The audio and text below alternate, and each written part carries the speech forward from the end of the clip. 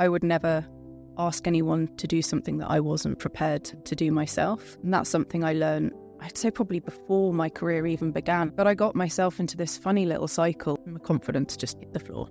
Don't regret a second of it. When you're in somewhere that's really uncomfortable, that's where growth comes from. And I think you have a choice at any given moment to lean into the discomfort and grow, or step back into comfort and stay the same. And my choice is to grow every time. I very passionately believe when you do something you love, or you do something that you're passionate about, maybe even that you feel like you were born to do, that you do it better. People use the word purpose a lot, and I think it's overused and under-recognised.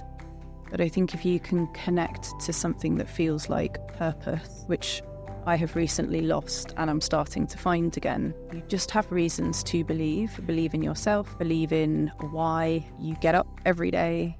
I think one of the worst things that's happened in a post-lockdown world is... Hello and welcome to the Courageous Leaders podcast. I'm Joanna Howes, your host, and this podcast is to help leaders access their courageous zone to be the leader they know they can be. And I'm so excited. In today's show, we've got Karen Boswell. Karen is the Chief Experience Officer at VML. She is an executive change leader with 15 years experience creating the culture and conditions that empower and connect people, purpose and growth. And in our episode, we cover what happens when you lose all your confidence and that journey and how you actually build it back up. And this is something Karen's actually going through right now. What it's like when you feel like you're on your own and it actually feels lonely amongst so many people that you're supposed to be working with, but you feel like you're the only one who's pushing something forward. And that need to find others, but what do you do when you can't find others to work with you? And then finally, we really connect to what does it actually mean to connect to your purpose? And what does that look like for an individual and within an organisation? So let's get started. Welcome to the show, Karen. Thank you so much for giving your time to be here today. Absolute pleasure. Thank you for inviting me. Oh, thank you. And what I'd love to know is, what does courageous leadership mean to you? Courageous leadership for me is about standing in your own truth and inviting other people to be a part of that. That might sound a little bit fluffy, so to clarify that a little bit further, I think you can't lead if you don't believe in what you're leading and your leadership style. And I think it's very easy to follow a status quo or believe that you have to be part of a societal norm, a business norm. And I think having the courage and the curiosity to be your authentic self and lead from the heart and the gut as well as the head is much harder, but I think yields better results. And the listening part of that and inviting other people in is, as a leader, I think you're only as good as the people on your team, and you can be a member in a group of people, but if that group of people don't play together and win together, then what are you leading? So I think those sort of two symbiotic parts are really important. So I'm really curious to know, in terms of you arriving now, that's what courageous leadership means to you. From your experience in being a leader, have you had times when that's been really present so you can see how then that important that was, and then the complete opposite when you realise, wow, what a contrast when you don't, to really cement that belief for you? Yes, for sure. And there's two or three that spring immediately to mind. When you are in a difficult set of circumstances, I think it's ever more pertinent to be a present leader and to show courage and to lead by example. I would never ask anyone to do something that I wasn't prepared to do myself. And that's something I learned, I'd say probably before my career even began, actually. It's probably a life lesson from my grandparents, who were incredible, courageous people. But I remember building a team at AKQA, which is one of the agencies that I worked at a while ago now. Still, isn't it? Over a decade ago. And an incredible, innovative, forward-thinking agency looking to branch into a different space.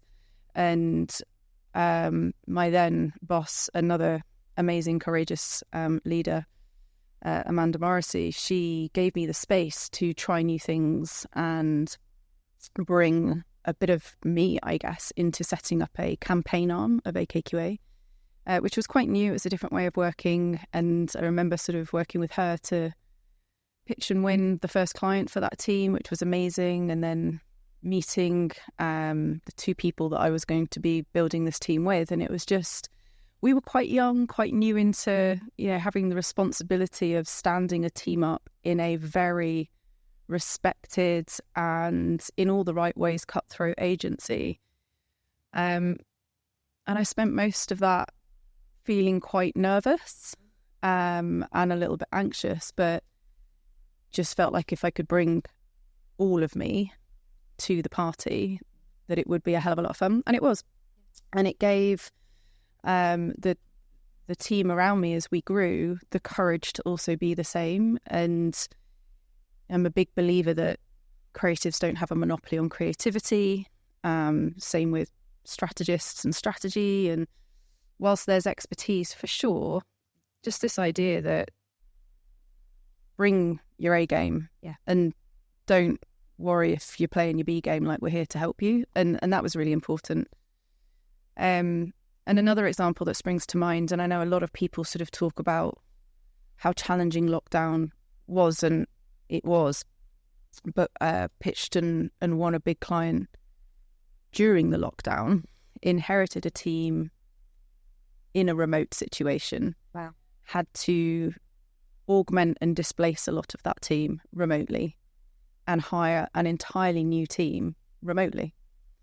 And so building a culture and a team for what was the biggest transformation I had ever led, it was with Boots UK, was just like, there are no rules for this. Where's the book that helps me work out to do this? And again, we just had to kind of be really vulnerable and sort of go, I'm not sure, actually. Hiring an MD and wondering what that person's going to be like in the real world and whether they're going to bring the right culture. It's really tough. So, yeah, there are a couple that spring to mind. So, looking back on that situation, how did you then create the culture?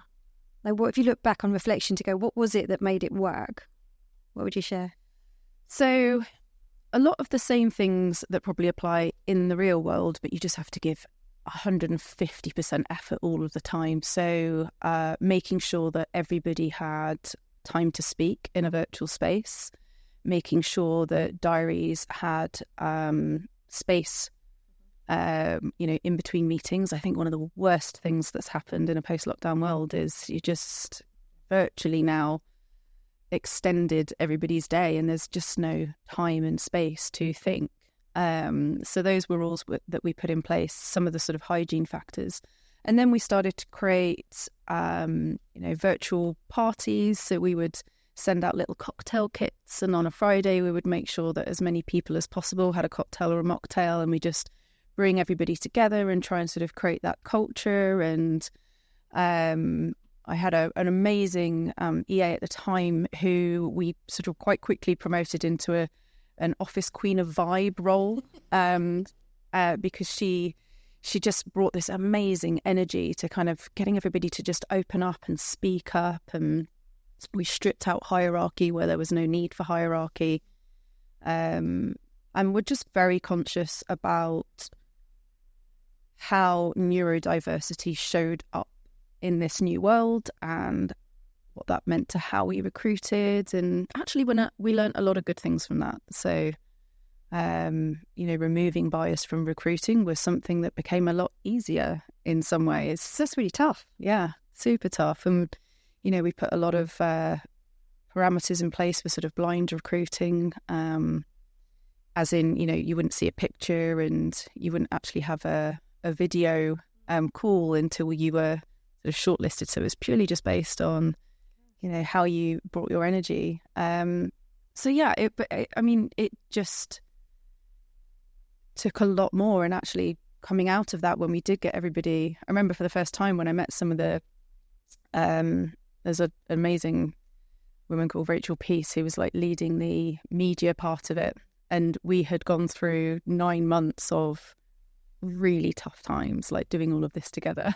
And when I first saw her, I was like, "You're real!" And we both just burst out crying because it was like, "Oh my God." And to this date, she's one of my closest friends, because you go through stuff like that and you get to know the real, authentic person, like Different before the leader. Yeah. So, and I think that's the thing, like often, people see Karen the leader, Karen the person. I think if there's one thing I've taken from that whole period of my life is to bring a bit more of the real me into me as a leader. And that's probably one of the biggest changes in my leadership style since the lockdown. Why do you think it comes about that we've got Karen, or if I say myself, Joe, but then we put this persona on, it's like, right, I'm a leader, so I've got to be like this.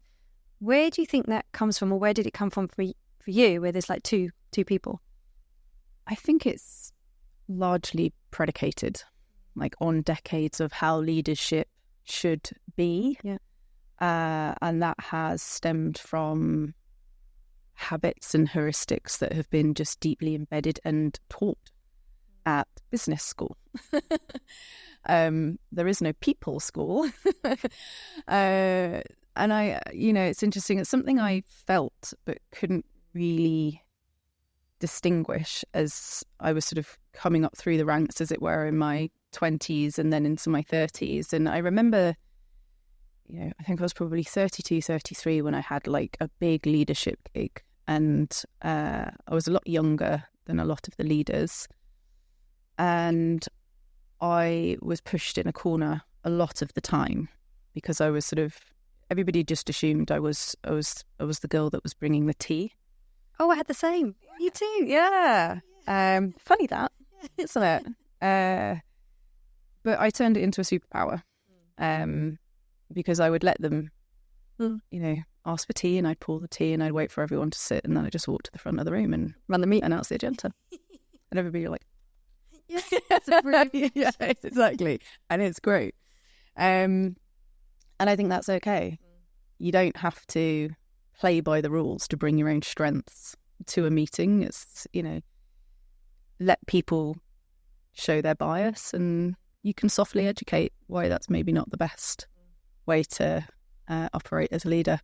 But it's hard, and sometimes it can mount up around you, and it can be quite lonely. Oh, yeah, usually. Yeah, I've had definite periods of my career where I have felt very alone. I can be in a room or in an agency surrounded by really smart, lovely, amazing people, and just kind of go, okay, I'm completely on my own in this. What created that feeling of being on your own? Probably a lot of it is self-inflicted, because I just won't settle for those societal norms. Like, I've always been that one that pushes against the grain and strives for better. And I don't regret a second of it. I think when you're in somewhere that's really uncomfortable, which I've got comfortable with, that's where growth comes from. And I think you have a choice at any given moment to lean into the discomfort and grow, or step back into comfort and stay the same. And my choice is to grow every time. So I push for that, and I've gone through it enough times now, or around it, or ducked under it, or sidestepped it, or just watched it burn. It doesn't really matter sometimes. Those are all choices. But whatever way, when you look at that space and you stand in that space, there is always something better on the other side of it if you just stick with it. Right? Yeah. And make the right decision when the time is right to make that decision. So was that then that sense of feeling, to see if I've understood correctly, was being on your own because you were the one pushing, everyone else seemed to just be accepting what was going on? And then would that bore quite a lot of frustration in you? Just being like, why are these other people settling or just accepting the way it is? Why is it just me who's got a voice that's pushing? Initially, yes. And what I would say is it's probably different in different cultures. So I have been fortunate enough to work at some amazing agencies where there are others. Okay. And so when I sort of found myself alone, I'd be like, right, time to find the others. Where are they? And once you've gone through that a couple of times, I have a bit of a reputation for being that hokey but productive person, and I'm okay with that. And actually, I've built a career on it, not being afraid to turn left when everybody else goes right. And, I've met other amazing, courageous leaders, innovative thinkers, forward impact, people that just won't settle for okay and want to strive for, how can we make the biggest possible positive impact on the people around us. And in our industry, that's, we're in a fantastic place to do that. So either find the others and build a small team. And if there aren't any, then jog on, because they're somewhere. Yeah. And have you ever had that situation where you realise there isn't anyone else and I'm not going to fight this battle on my own? So, yeah, I realise it's time to go. Yes, I have. So I was in a situation where a company was working towards its earn-out, and they didn't want to take the risk on investing any more in sort of big or bold or brave kind of innovations. They had a really good pattern. It was working for them. They wanted to get to earn out. And so I made the decision to leave that role. And looking back, it was the right decision. I still miss the people. I miss the culture. I miss the company. They're still doing amazing things. And they sold and the owners did what they wanted to do. And funnily enough, actually, the company I work for now is going through a somewhat large merger. Yeah, yeah, really big now. And my role has been impacted. My team has been displaced. And I am in a situation right now where I'm a bit like, oh, okay, what's going on? Do I need to find the others again? Or where are they? And I think it happens periodically. So I probably have some big decisions ahead right now. And, it's easy to talk in hindsight, but I'm right in the middle of it again at the moment. And so I'm kind of like, okay, Karen, just remember. Yeah. So this is a timely podcast. Yeah. I'd love to know what's going on inside you while this is actually now happening live with you in terms of your mindset, your thinking, your emotions. How are you managing those? Or, and it's okay if you're not. What's happening? Yeah. So being very open now, the merger was announced about 6 months ago. And at first, you're sort of like, okay, all right, well, I still know who the Avengers are. I still know the people at the end of a bat phone. This will be okay. And then there's a lot happening, and there's a lot of big decisions that have to be made. And by no fault of any of the people making those decisions, there was a period of time where I just wasn't included for whatever reason. I'm still not entirely sure. And after sort of a number of weeks, I was kind of like, okay, am I being pushed out? My voice doesn't appear to matter anymore. And as somebody on the exec of a region, you're kind of like, well, I'm curious as to whether I'm part of the problem or I can be part of the solution. And I would always prefer to be part of the solution. And honestly, after a while, it started to feel personal to me, and my rational brain is telling me it's just another merger. It's gone through enough of these before. These are business decisions. But I got myself into this funny little cycle, and my confidence just hit the floor. And thankfully, I had a little bit of time off. In January, I had a holiday booked with a friend, and it sort of gave me just some space and time. On the other side of the world, I went to India, just to kind of go, okay, what do I want? And I had to self-coach myself a lot through reminding myself that what I was feeling was mine to own, and I could control it, and I could reframe it, and I could work through it. But I've had to build that confidence back up again. Yeah. And I haven't found the answers within the merger, so I've found them elsewhere. And it's hard, and it's a stark reminder sometimes. But again, I'm coming out the other side of it, actually. I wouldn't say I'm fully out. I've probably got a little way to go, but I think it's good to be reminded of how difficult these things are sometimes and get carried away in the bullshit. That's a great sentence. Especially in this industry, it's quite easy to get a lot of executive BS, isn't there? Yeah. And unfortunately, it's sometimes they think that BS is helping, but it's actually not. It's making people, I think, feel more vulnerable and unsure what's going on. But thank you for sharing that story. It's a lot you're going through. I can resonate a lot, having been someone who arrived in a company full of confidence and left with none. Building that confidence back up for you. If there's someone listening right now who's maybe going through something similar and he's just had their confidence knocked, or actually just in a low confidence place anyway for any number of reasons, what advice would you share to kind of go, where did you start in terms of building it back up? So I think it's important to find, and these words come up a lot, space and time.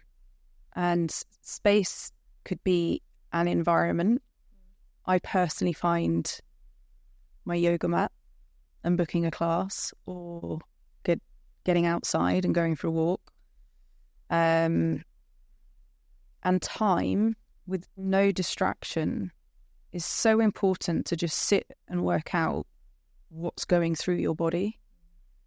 I practice Gestalt quite a lot in coaching and in organizational design, and the premise of Gestalt is that sum of all, essentially. So quite often you get this sort of bundle of feelings and energy that just sort of swirls around in your tummy. For me, it's in my tummy a lot. Or you get sort of like, sort of prickly skin, or your mind, you just can't think. And everybody sort of holds it somewhere else. And I feel it in my tummy. I hold it across my shoulders, and eventually it turns into a tight neck and a headache. And then I'm kind of like, oh, I'm stressed.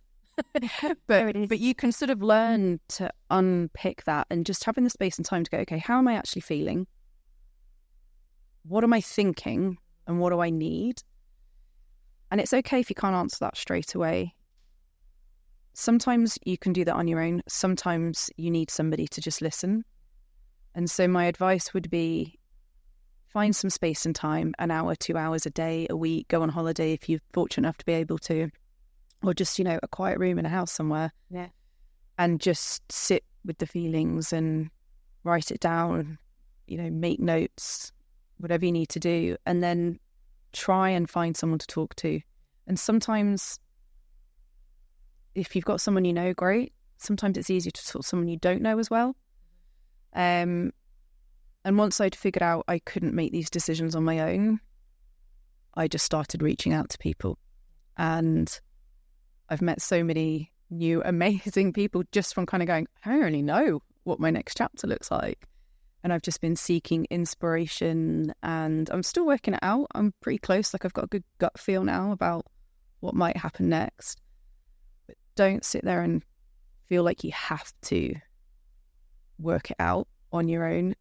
You will be amazed how many people will be willing to just help and say yes, even if it's just a coffee and a listen. And how many people you find that's been through something similar, and you say, it's not just me. Yeah. You just reminded me, because I was in Australia when it happened to me, and I just booked myself off to a retreat. I did 5 days. My husband was brilliant. He said, just go. He knew I needed to be on my own. There's people at the retreat, but also I didn't know them, so that helped with the stranger thing. Yeah. And the guy running the retreat, you could just see where I was at. And he said, what I'd like you to do is take this piece of paper and a pen, and I want you to write 100 things that you like about yourself. I was like, what? 100? Are you kidding me? I need 100 things. And I remember getting to like about 20 and going, where do I go now? And it just really pushing to go, there's so much in me that I wasn't recognising, and I was allowing all that external noise to define who I thought I was. And no, I'm not this person. I am a good person. I am hardworking. Yeah. And it was such a powerful exercise to reflect and go, so true. Actually, there's always things to learn, but there's a lot of good here, and let's focus on that versus all the things that have just gone wrong. Yeah, absolutely. Absolutely. And there's so much power in self-awareness and self-appreciation. Yeah. And I think when you can become aware of what you need, you can help other people. And actually, you've touched on something really interesting there, like your husband, gave you the space. And that's why I sort of come back to that space and time, because it's easy to kind of go, I'm okay. And it's such a British thing to do, isn't it? Yeah. Kind of like, how are you? Yeah, I'm fine. It's okay to not be fine, and it's okay to tell your circle, actually, I'm kind of not okay. I just need like a bit of time out, and it's nothing on you. I just need to figure out what's going on in my head, and thank you, and I will come back and invite that time. But yeah, it's easy to just push everyone away, and actually, Yes, and I think just listening, because it's obviously I've gone back to where it was, is I should bring up memories, which is fine. It's good because it's just to reflect. I'm into reflecting at the moment. It's helping so much. But just thinking, the reason I know I was telling everyone at home I was fine, I think I was shame. It was a lot of shame in terms of, there's me who had my leaving party. I'm off to Australia on the exec team, got there. And suddenly it's not working out. And it's that bit of embarrassment or shame that it hasn't, that you can't quite believe it hasn't worked out. And how do you tell people that this amazing life you've just left isn't amazing? Yeah. It's funny, isn't it? I think sometimes we worry so much about how other people will see us rather than just going, I know what's right for me and I'm just going to be okay with that. Yeah. Yeah. And it's a gift to be able to know what's right for you. And that gift isn't always available. And again, that's sort of like sometimes deciding to wait. And I was reminded of this morning by my yoga teacher, actually.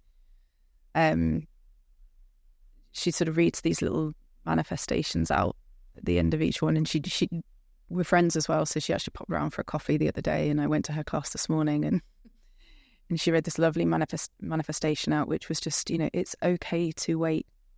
Waiting is an action, and I'm a very action orientated person.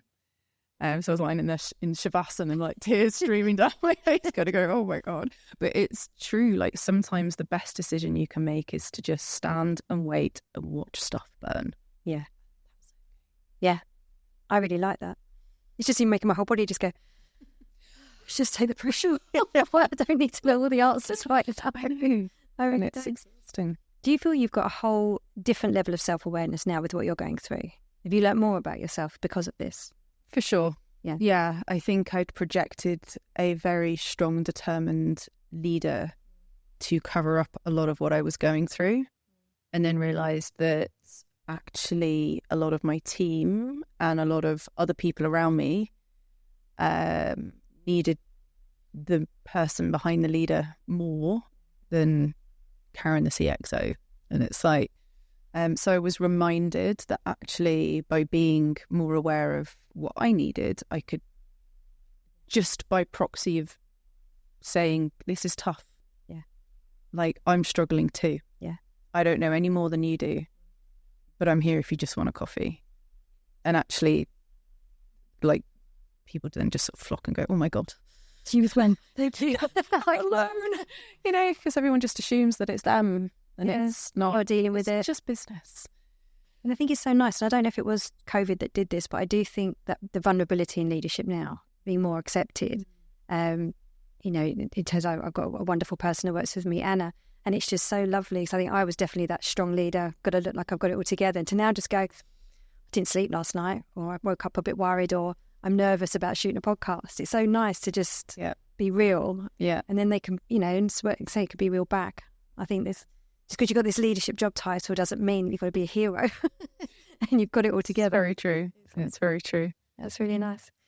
So for you now, what is, with everything you've learned in terms of where you want to take what you believe in and what you stand for, what would you say that is now? What is it that you're looking for next, or that's important to you? I very passionately believe that when you do something you love, or you do something that you're passionate about, maybe even that you feel like you were born to do, that you do it better. And if I articulate that,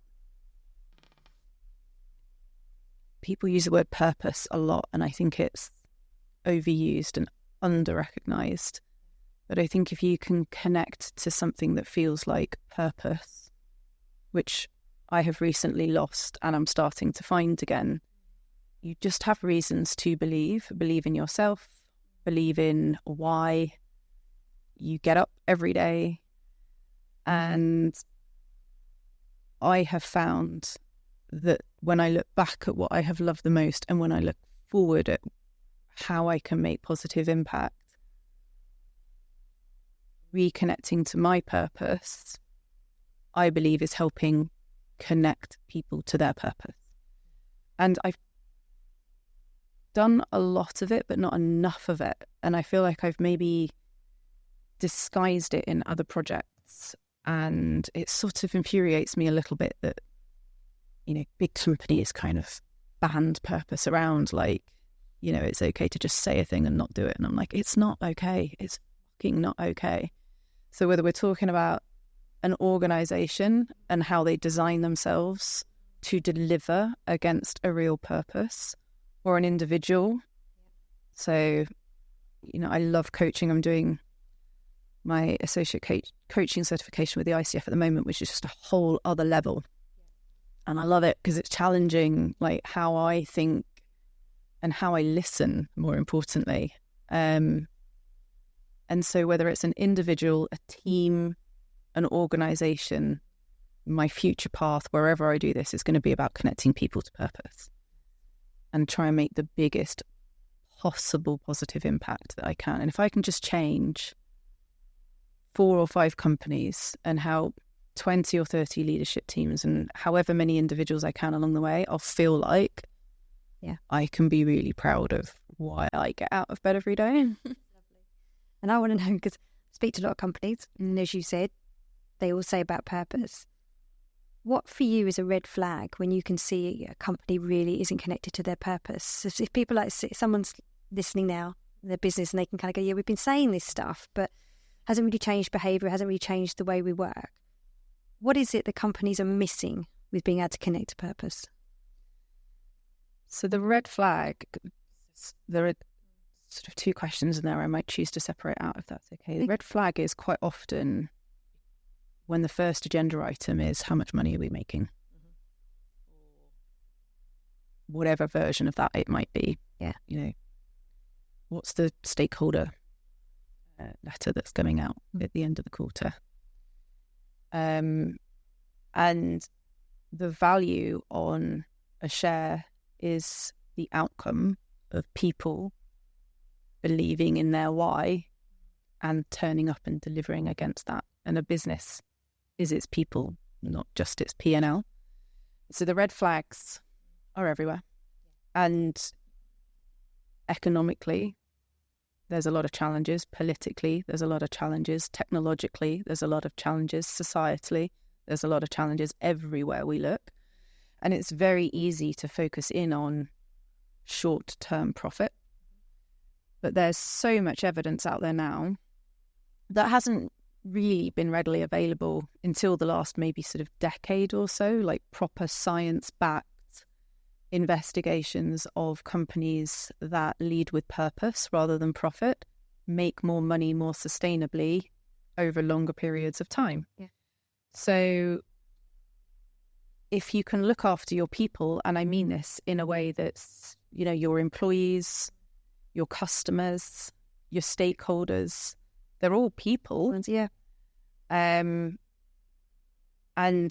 often, more often than not, a way to do that is a uniting rally cry, purpose, with a vision and a mission that deliver against that is inclusive. Yeah. You know, and Simon Sinek has a nice phrase that he uses, which is not entirely original. There's lots of different versions of it, but he talks about a just cause. And a just cause is a cause so just that everybody wants to get behind it. And it enables you to stand for things so that you don't need to stand against them. And it's really interesting because when you look at the companies struggling, they're quite often accused of things and, you know, they're sort of standing, oh no, we're not doing that. We're not standing for that. Yeah. And the ones that aren't struggling are the ones that have a really clear purpose and they stand for it in totality and everybody gets behind them. So red flag, focusing on money. Yep. Solution, very much focus on people. Money will come. Money will come. And it's, unfortunately, I think we know this. I think logically a lot of people know this. I don't think they've emotionally connected to it. And I do feel, in terms of the big companies, very networked companies, I think there's a lot of leaders that feel they can't do anything because there's all these layers above who are pulling the strings on the money. And it's a bit like, well, what can we do? Yeah. What can we do? So we'll do the workshops to say we've got a vision and a mission, but actually at the end of the day, if we've been told we've got to cut costs, we have to do as we're told. So I do feel for those companies because they just feel, I don't know, they've got the handbrake on, or they feel they've only got so much autonomy. Yeah. Do you think it's possible for those companies to turn around, or is it so ingrained now that really we're looking at the new companies to really help? I don't think they have a choice, because if they don't turn around, then they'll manage decline until they don't need to manage decline anymore. It's hard, but it's not impossible. And it's really easy for me to sit in this chair and say it. And don't get me wrong, I'm aware of that every time I start a new conversation with a client. But what we see time and time again is that when you focus on solving problems for people, you sell more. It's not rocket science. And it's just finding the opportunity to do that within an organization and then scaling it and then making those behaviors systemic until an organization can deliver on a purpose. You don't flip these models overnight, especially if you're a big company. Yeah. But the strategy is to get going. We'll just have a strategy. Have a plan. Have a plan. It's a bit of time. Start it. Just have a plan. Let's stop talking about it. Yeah, exactly. Let's take some. And that's often the thing. It's interesting, you sort of talk about organizational design and you talk about the different artifacts, and just a simple agenda is an artifact. And on an agenda will be an agenda item, which is an artifact. And quite often you'll look at these agendas in boardrooms and it's all like profit, stakeholders, everything we just talked about at the bottom. Anyone seen an NPS or a CSAT? How are our customers feeling? Yeah. Flip it. Yeah. Just put that first. If there's one thing you can do tomorrow, let's change that. Talk about what your customers are thinking, feeling and doing first. Solve those problems. You'll see that bottom agenda item about stakeholder value and shareholder value going up. It even just reminded me, I was speaking to someone last month and they said, we're going to the exec meetings and they're head of people. And it's like, I didn't get to talk at the last two, so we just ran out of time because they're always the bottom of the agenda, people. Yeah. And it's like, she said, I've now asked, can I be please put on the top because the issues are now just getting bigger because I'm not getting the space to be heard.